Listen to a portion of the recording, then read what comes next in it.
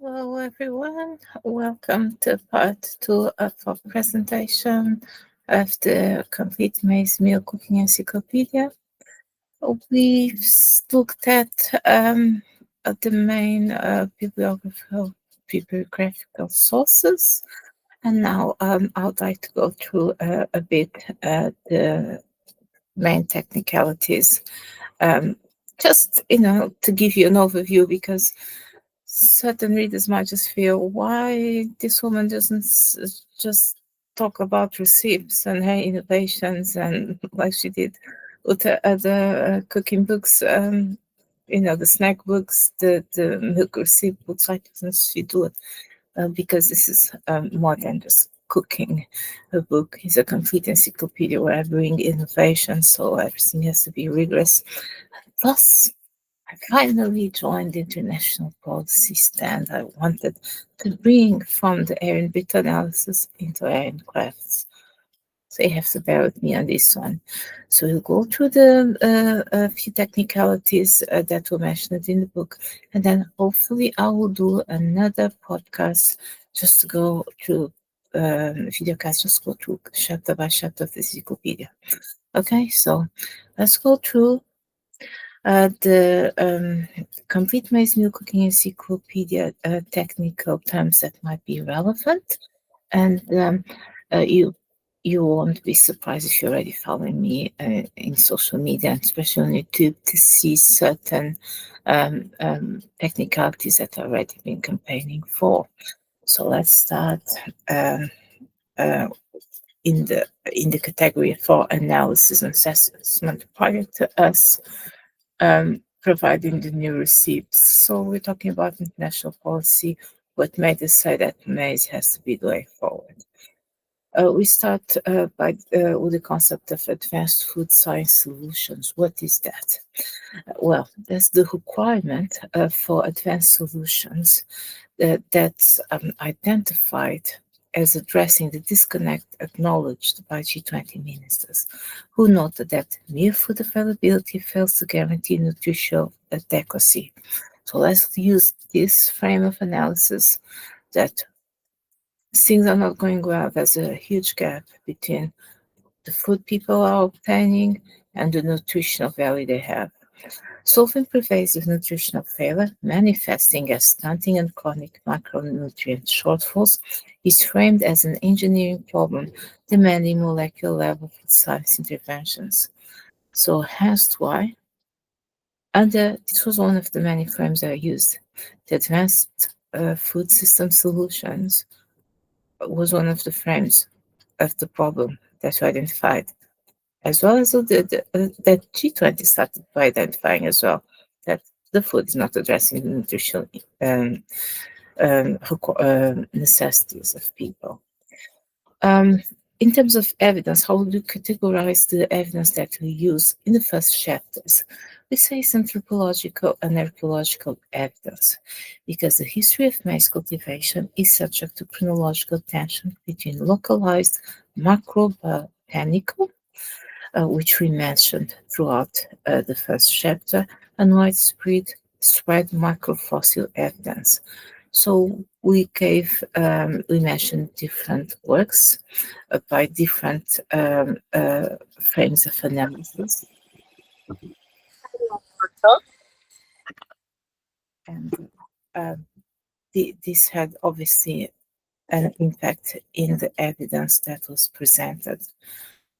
We mentioned works from the archaeological societies in the United States and Latin America. We mentioned work from using the terms archaeometry as well. So combining different social sciences, we try to provide a chronological expansion of maize meal and the viruses and pathogens until we arrived in Europe, and then we focused more on Africa. And throughout that, we provide different technology processes of the food. What have we done after? Of the exposure of this evidence to back up our history chapters, so the anthropological and archaeological evidence, we distinguish between the macrobotanical haircut, which provides a definitive, albeit conservative, timeline placing the physical origin of the earliest primitive corn cobs in Mesoamerica, or Ashaka, as is in our work, but we also provided the macrofossil evidence. So, macrobotanical haircut and macrofossil evidence, which comprise pollen and pea tollids. And it will always suggest, at least on our part, that significantly earlier and more rapid diffusion of primitive forms of SEA throughout the neurotropics appeared up to 2,350 years earlier in regions like Panama and Ecuador. And this suggested a model of rapid initial dispersal from the Mesoamerican cradle, immediately followed by localized evolutionary divergence. Now, during my part one, I did mention there might be future work, especially by the part of African scientists and historians, that will tell them completely wrong. No, we have evidence, archaeological evidence, that we had, say, here before, and we also have the botanical fossilized evidence, and we will provide our work in different terms that the expansion was done in different terms. And I also might be Spaniard words as Spanish works in the future. Let's say, no, there was no expansion from Spain to Latin America in terms of viruses, strains, pathogens, etc. There might be. So what is now and what will follow is what has been done. And what is the Arawak terminology? We use this in the first chapters, and that's the foundational cultural term for maize, maíz, and this derived from the Arawak language family. Again, remember we started with Latin America, so please do bear with us with the concepts that we are mentioning. Why have we brought forward the transatlantic slave trade? Because the high yield and low production costs of maize, particularly after the Columbian Exchange, made it a cheap caloric base for enslaved people. The resulting efficiency and economy of the crop indirectly fueled the logistic and economic viability of the Atlantic slave trade and associated human diasporas. So this connection, the slave trade establishes that economic efficiency of a calorie source carries profound biopolitical and ethical consequences.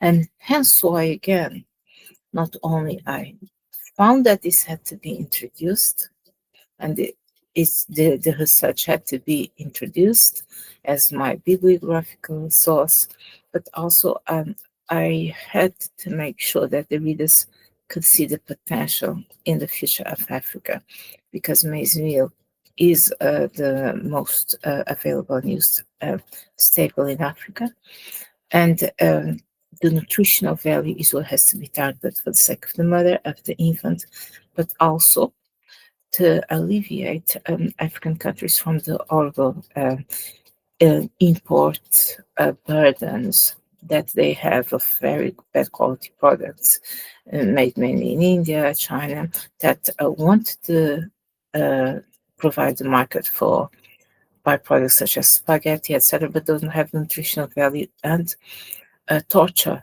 the consumer with prices. So by using the local staple maize meal as byproduct pasta, noodles, we provide all the required byproducts, even coffee. We provide instructions on how to make soluble coffee at home and at an industrial level using maize meal. We aim to change this and not to compensate the gap, but to have an impact in the future, just like maize meal had an impact in the African consumption during the slave trade. They were fed maize. We can have a positive impact. What else? When I joined this concepts altogether. Slave trade, the ecological terms, the botanical, fossil. What was I trying to achieve? I was trying to bring together the bioeconomy, the bioprocessing, and the botanical classification of maize meal, the Zeya that has different strains, etc. And what is bioeconomy serves at the circular bioeconomy, which is so vital and so much wanted by the G20 and leaders and scientists. What is it? The circular bioeconomy is identified as a core G20 goal. The book's technical blueprints adhere to this principle, and it's not just my blueprint that I want to turn into a blue policy, and that made me contact the Tanzanian Ministry of Agriculture, the Nigerian Ministry of Agriculture, the Liberian and Algerian Ministry of Agriculture, and say, hey, here's my book. I sent them the book. No, it's not just that. Is my activism before that was in aligning with this, as you've seen in my previous book, the Stitch and Shelter initiative. I gave a solution. That's our waste. Let's solve the problem in South Africa. So the circular economy is our number one priority, and it does align with G20 goal as well. And by valorizing processing byproducts to generate multiple revenue streams and reduce environmental impact, by enhancing the overall economic resilience of the maize value chain. We mentioned in this amalgamy of bioeconomy, bioprocessing, and botanical classification, we mentioned terms as biopolymers, which is in our glossary, okay? And is a high-value bio-based product into which maize husks and cobs can be converted. And in conjunction with biopolymers under the frame of providing this awesome circular economy, we used the distillers' dried grains with solubles with DDGS, which is a high-protein animal feed derived from alcohol production waste streams, critical for bolstering commercial viability of industrial maize processing plants. We went further on the introducing the biological factors that severely limit agricultural output, and they are actually called biotic constraints, biotic threats. And which are these main biotic constraints? First is the main streak, virus strain A, which is identified as a primary biotic constraint in maize production in sub-Saharan Africa, devastating the yields of millions of small-scale farmers. The overwhelming reliance on maize ensures that MSV, a persistently A strain, threatens the food security of over 100 million people. Under this, we noticed that there are emergency steps, like the emergency and dispersal, that sometimes people tend to move away because they say, oh, there's no food here. But when they're doing that, they're moving because they have an emergency. They're actually spreading the virus. So the virus we are mentioning here, like we mentioned in Southern Africa around 1863, and it spread transcontinentally at an average rate of approximately 32.5 a year. So you're looking at the squares going wider and wider and wider as people move, because they say, oh my God, we don't have food here, we have to move. As they spread, they take the pathogens with them. Why this why the main strains, the strain A is so dangerous to maize meal and makes maize meal crop so vulnerable. The widespread adoption of high-yield, genetically uniform hybrids has created a highly vulnerable global monoculture, increasing the risk posed by MSV at diversification hotspots. This highlights the genomic paradox.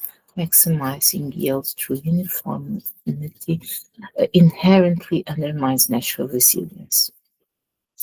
I use different botanical classifications according to academia, so you hear me in the, as soon as you open the book, you see Zeya maize, okay? So Zeya maize is the modern maize.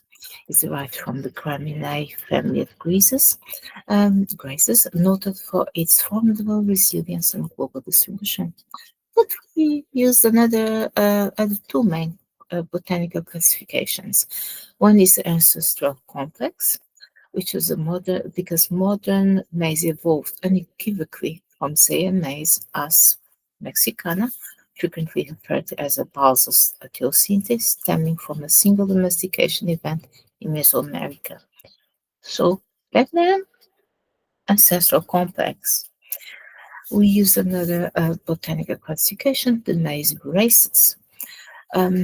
Is it taxonomically acceptable? It is, and is scientifically established as such. So taxonomists categorize approximately 300 races across the Western Hemisphere, historically defined by 6 primary types: dent, flint, flower, sweet, pop, and oxy varieties. Now, we spoke about interchangeability for the concepts and categories of analysis. You will see me analyze maize evolution and economic policy under the premises, the categories of climate, commercialization, cryostability, and efficiency, nutritional efficiency, especially in female gender units. How did I align the commercialization with the policy ecosystem? Using the following concepts, well-established concepts in academia: circular bioeconomy, which I already explained above, the cryostable flavor concentrate. So it's a technical innovation designed to transfer industrial quality control protocols directly to the household setting, ensuring long-term stability and guaranteed nutritional density. And under the cryostable flavor concentrate, I distinguished the mechanisms from the targeted social benefit, because we had to provide the analysis and the solutions framed under this. So the mechanism, the formulations leverage specialized excipients, especially pre-gelatinized starch, PGS, and hydrocolloids such as xanthan gum, which you will see throughout my recipes, either when I'm doing the cubes or the pastas. I will be using it quite a lot to ensure long-term stability and prevent the irreversible separation of liquid water, syneresis, during freeze-thaw cycle. What was the targeted social benefit of the cryostable flavor concentrate? I will tell you is nutritional, supporting the gender, but this technology is an act of ethical engineering and a direct countermeasure against lab poverty. By providing a guaranteed nutrient return for minimal maternal labor, it safeguards the health and energy of the mother, who functions as the household's ultimate resilient mechanism. This you will see throughout my campaigns as well.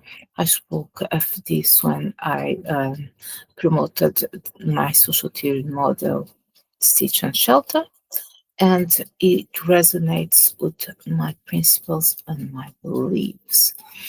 In the book, I mentioned the GS20 goals that interchange and are important and vital for analysis, and these are adapted to the biotechnology and analysis we provided. And I would say that cultivar and climatic adaptation were successfully interchanged in analysis. We spoke about cultivar variability. So maize hybridizes with unparalleled ease, resulting in a complex taxonomic system encompassing approximately 300 traces. And we spoke which one you were using in relation to the African continent. We spoke that this was done largely thanks to climate adaptation. So the historical biogeographical dispersal of maize suggests that populations adopted the crop strategically as an indispensable, resilient, and high-yield crop leverage against climatic stress.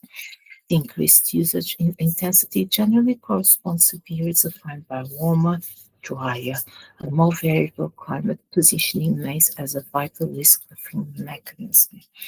During my analysis, I brought different works, um, interdisciplinary works, and some that were totally in opposite extremes of disciplines and were not mixing together.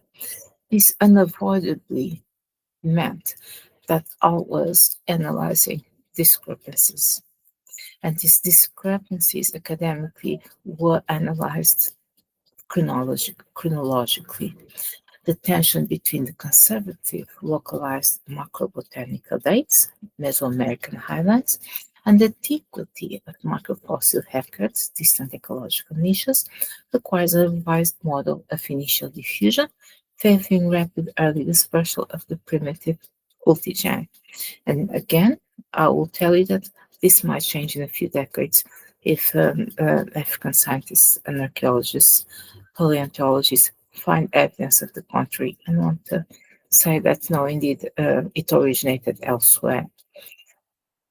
When I was bringing forward the application of the social theory model of how we needed to use bioengineering to provide a new label, a new standard of social engineering for the benefit of Africa, we wrote about different nutritional deficiencies, which are vital to be addressed and solved in the production of byproducts. That's why we created byproducts for babies, and we created byproducts for adults, such as malted drinks with vitamins, alcohol, etc.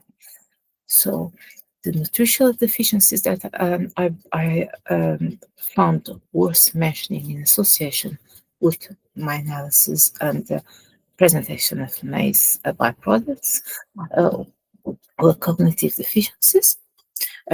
These are recognized as a manifestation of nutritional failure at the molecular level, driven by chronic macronutrient shortfalls. I also mentioned the deficiencies of amino acid because maize meal possesses an intrinsic protein deficit, acutely lacking the essential amino acids lysine and tryptophan. This deficit necessitates structural transformation throughout composite maize legume blending. We spoke about niacin as another nutritional deficiency that has been identified in maize, and niacin is the bound nutrient liberated by nixtamalization.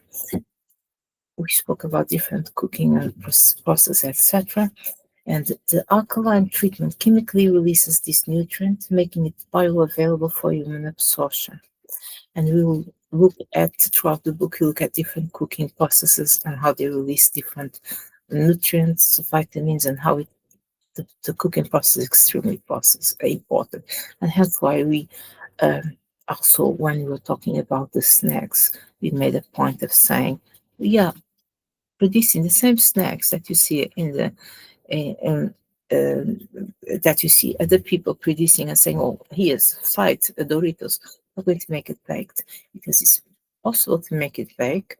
You're going to use such and such biotechnological process, but also because you understand that preserving the vitamins and sometimes releasing certain nutrients are vital for the human development. That's why sometimes we have to privilege the cooking methods as the same way as we privilege mixing with legumes, for example, in the gelatinization processes I mentioned. The pellagra, we looked at this in the historical context, but it's still a problem. It's a skin problem, and the devastating skin disease results from a niacin deficient diet based on unprocessed maize.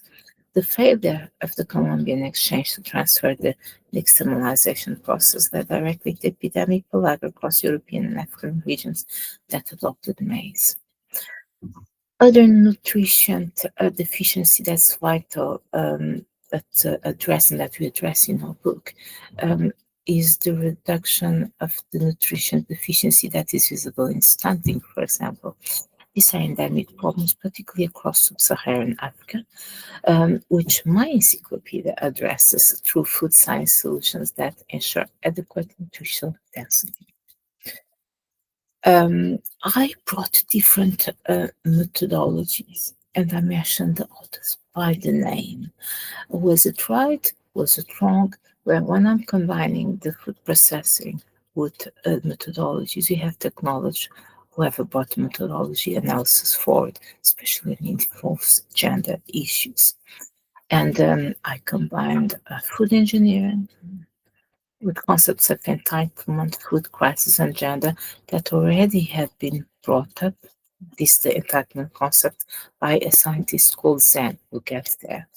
So, with regards to food engineering and processing technology, and what is the problem? I had to give historical context, give an economic policy context before setting my proposal and telling everyone, hey, that is how it's going to be. That's why food has to be, maize meal has to be processed like this, X, Y, Z. My new receipts take it. Because look, that's what's going on. We need to expand the supply chain. We need more receipts, you need more byproducts, you need more entitlements to the food chain.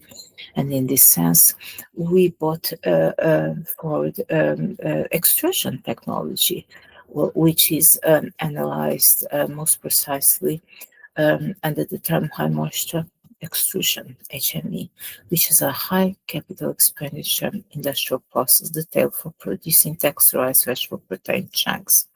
This technology is critical for industrial scaling of high protein meat analogs. And using this, okay, you might say the populations are excluded. The rich people are the ones who will be entitled to this mean of production. It will expand the supply chain. It will expand the economic agents. So if we can produce vegetable versions of meat, vegetable versions of, maize meal versions of tofu, okay, it's expensive to produce, but it will change the present economic policy of the food chain of maize. We also spoke of food engineering in terms of providing further enzymatic starch breakdown. And we spoke about germination, malting, especially in the chapter of drinks. I taught you how to make coffee, soluble coffee, non-soluble coffee out of maize, and malt drinks, caramel flavor as well. Some recipes are already existent in sub-Saharan, especially the melly, the kind of version of the bread, softer, sweeter, and the controlled fermentation. Why is this important? So these are technical solutions utilized to enzymatically break down starch, yielding low viscosity, high energy density complementary foods. This process directly targets the high viscosity constraint inherent in traditional maize porridges, which limits nutrient intake for young children. Other technological requirement that we've seen was the excipient formulation. And this is the pre-gelatinized starch, PGS, and hydrocolloids. These are engineered binding agents used to create cryostable concentrates, providing structural integrity and guaranteed nutritional stability for household use. For example, you saw me use these two one-night videos of making the stock, getting the right temperature and consistency to the stock, and then proceeding to the gelatinization of the maize meal. And I explained precisely why this process had to be separate, the temperatures that had to be used in these two different processes, and how the third process had to be done at what temperature, etc. I even spoke about the process of making the cornetos, the maize meal cornetos, or the stabilization of the product that we'll be using in the lining of the cornetto had to be identical to chocolate. We will not be using chocolate, we'll be using cocoa, because that was the most, it's the virgin cocoa that's the most successful process product in um, uh, Africa, especially Ghana, so will not be transforming it into chocolate, we'll be using it as virgin cocoa. So all this was used there. It's just the terms that you have to get yourself familiar. In this, we moved to why the geopolitical, the governance, and food crisis are important frameworks of analysis of the problem. And then we spoke about the work of Amartya Sen. Her framework is called entitlement approach. This framework is essential for analyzing food insecurity, positing that hunger results from an individual's inability to command food through legitimate entitlement relations, production-based, labor-based, or trade-based entitlements, rather than mere aggravated supply shortage.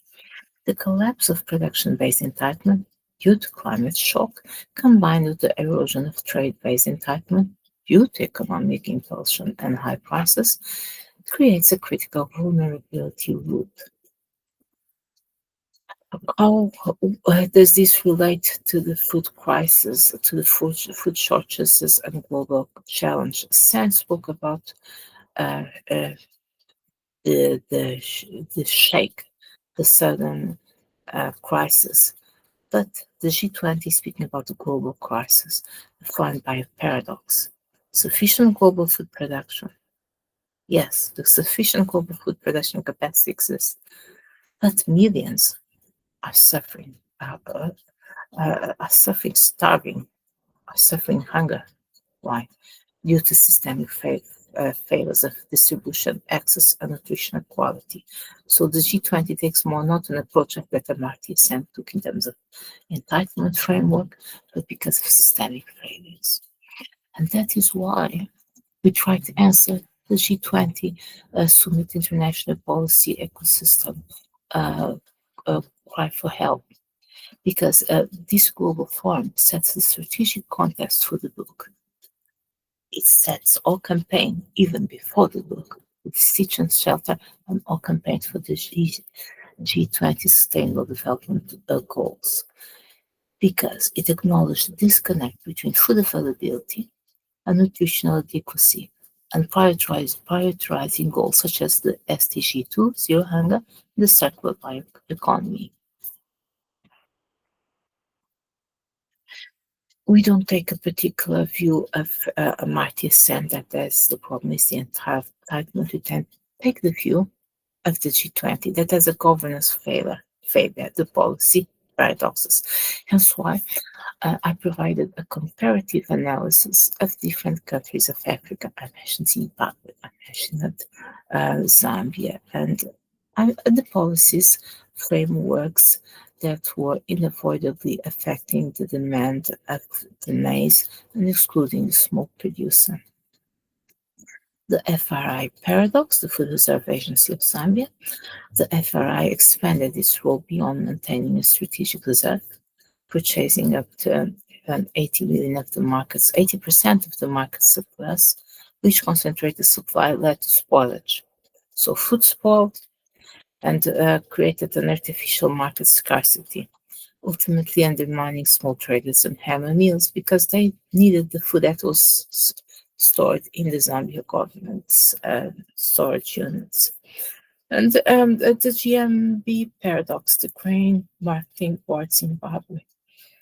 The Zimbabwean government placed controls on raw and meal intended to protect consumers, but perversely subsidized large incumbent oligopolist millers with cheap GMB stocks, thereby consolidating their profits and market power while starving smaller hammer millers of raw material. This is not a Zambia problem. This is not a Zimbabwe problem. It's a world problem. Other policies have failed as well. But in the context of all this, I prioritize gender. Hence why one of my chapters of the Encyclopedia is dedicated to the gender economic policy and the baby food. I associated gender and labor because gender, labor, and vulnerability is also a frame of analysis, academic analysis. It's called the GRBCA context. And within this framework of analysis, women constitute approximately 65 to 70% of Africa's agricultural labor force and are the primary custodians of household food security. Yet, they are the victims of time, poverty, and unpaid care, and structural barriers. In my encyclopedia, I mentioned the research that showed that women face exclusion from formal financial systems, especially in Zimbabwe, and have a limited control over land tenure.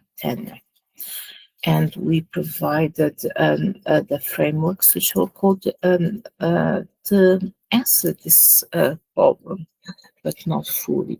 And we tried to answer this problem with a methodological tool called GRVCA, which is Gender Responsive Value Chain Analysis.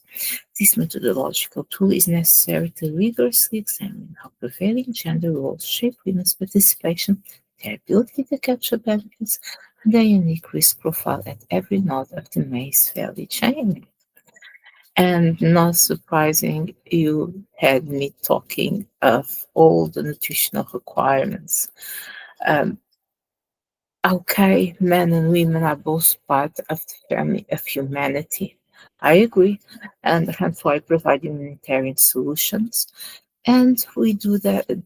We've done that by enriching the maize meal value with legumes, hydrocolloids, and other linkages. I even provide the cubes made out of vegetable meat.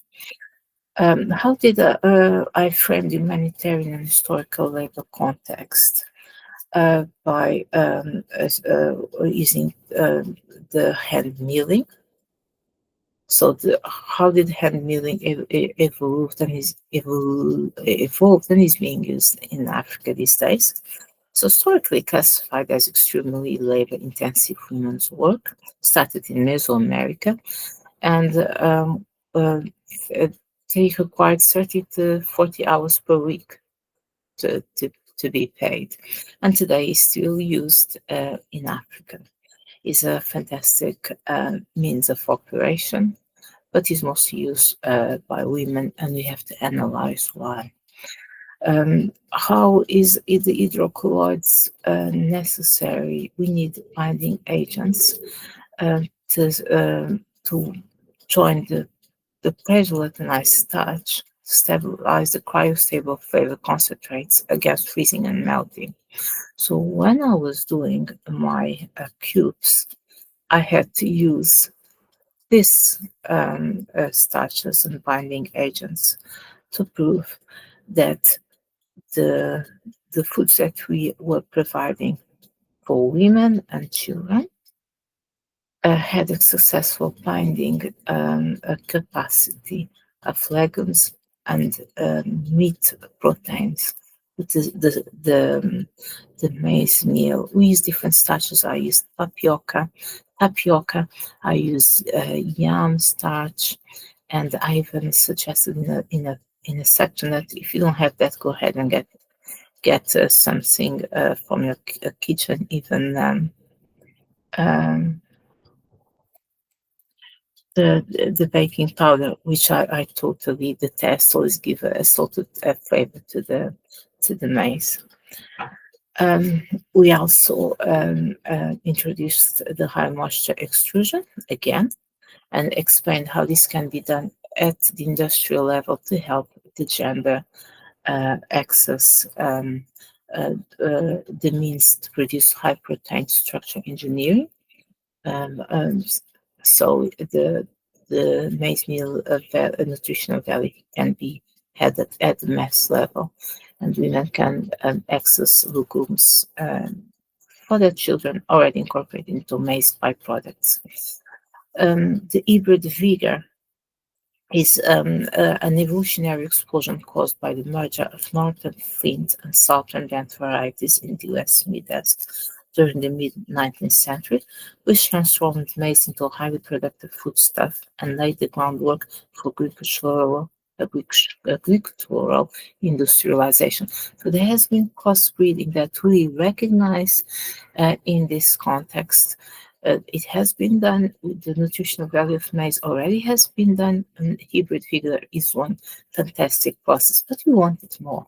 We wanted the vegetables binded with the maize. We wanted the different types of meat protein binded with the maize, and we even binded cheese with the maize. We taught women how to dehydrate cheese and grate it. So everything is there, women and men. Sorry. Um, how did I join the legumes, the labor liberation and linkages? I mentioned time poverty, women are struggling. Well, legume blending is essential for correcting the intrinsic protein deficit of maize. Composite maize legume blending is a core protocol for generating high protein meat analogs. And how does this associate with labor liberation? The technological necessity. The diffusion of improved power milling technologies starting in the 40s and 50s rapidly displaced the arduous demands of hand milling, which is what that was started initially in America. This historical shift demonstrates that technological intervention has profound social consequences, liberating women's time for the domestic tasks and new roles in the marketplace. But we want more. We want them to have those byproducts that already have the legumes. We want them, their babies, to have the byproducts already, the porridges made out of maize with the fruit, with the legumes. And so I brought new byproducts recipes. The licunifala is a high-protein, energy-dense blend of fermented maize, groundnuts, and cowpeas used as a traditional template for optimized baby food recipes. So we use this traditional recipe, and we again spoke about the nutritional crisis in history, spoke Mesoamerica, spoke in Europe. And we spoke how that was vital to understand the origins of the problem, the history of the different policies, not only the economic policies, the histories of processing, the nixtamalization, and the protein additions that were done throughout history with the different processings of maize meal. The processing technology and protein was covered by the different methods used. The pre-gelatinized starch, we already spoke, that is used in cryostable flavor, concentrates to provide binding properties suitable for low moisture direct compaction systems. We spoke about the PCP, the protein co-precipitation. So this is a lower capital expenditure wet process for producing maize tofu analog, making high protein analog production accessible to MSMEs, and I would say homes as well, because we do this all the time. The PSC is protein structure engineering, so the core industrial methodology detailed for producing shelf-stable, high-protein meat analogs through composited maize legume blending. When I spoke about in the chapter dedicated to tofu, creating maize meal tofu, creating maize meal meat, creating maize meals products similar to cheese, we're talking about the development of these techniques, the creating byproducts. Of course, I've done that before in my soy encyclopedia. So my prior work on the first soya cooking encyclopedia established this intellectual foundation. I wanted the public to make their own sausages, the vegetarian coffee. So now I am shifting to the indigenous staple of the African diet, which is maize meal. And the resolution of market distortion is a prerequisite for realizing the economic potential of advanced processing technologies. And hence why I introduced this, already used advanced technologies, industrial technologies, and I said in certain parts of the book, you need to introduce this industrial plant was 2.5 million in certain areas of Africa, because this is what will lead to mass production of byproducts. And I suppose that this is vital for the resilience and strategic policy of the G20 of the African people under the frame of the G20 priorities. Is there anything else that I would say was vital we could going on? I felt that ethical engineering and nutritional sovereignty of the maize meal, considering that's an African product, had to be taken in account. And I'd like to do book number 2. Please don't laugh. That's Encyclopedia is almost 500 pages, but there's these receipts I'm thinking of that just get out. Sometimes I'm in bed and I'm like, I'd love to make this fantastic dessert, maize meal dessert with different colors. Should I go for cooking the maize meal with mango, then cooking the maize meal with kiwi? Then how would I get the purple effect? What about the nutty effect? What about the right calories? What about the right temperature? What about pineapple? And it doesn't get out of my mind. So I'm thinking, should we make another maize meal encyclopedia, this time just for sweets? Well, if you don't want to end up curvy like me, you might not be appreciative of that fact, but I'll try not to put sugar. We will see. Thank you for joining on my second video cast about the complete Maize Meal Encyclopedia. I hope you buy it. Remember that after 3 months, you won't be able to read it for free on Kindle Unlimited. You have to buy it for £9.99, and the book costs £60. That's a lot of money, but it's worthwhile. I hope to do another video cast about all the chapters. If not, see you soon. Bye.